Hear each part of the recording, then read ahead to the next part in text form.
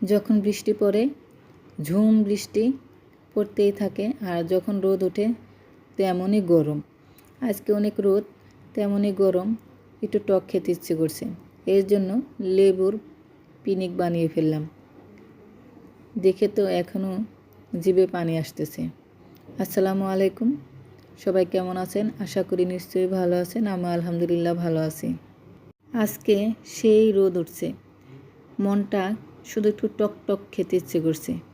তো ঘরে লেবু ছিল, লেবু দিয়ে বানিয়ে ফেললাম লেবুর পিনিক।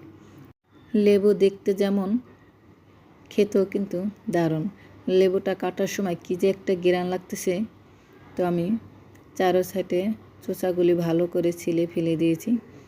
অনেকে চোচা সহকারেও লেবুর পিনিক বানায়, তো আমি ভাবলাম যে তিতা লাগতে পারে, আমার ছেলেরাও খাবে, এর জন্য আমি চোচাটা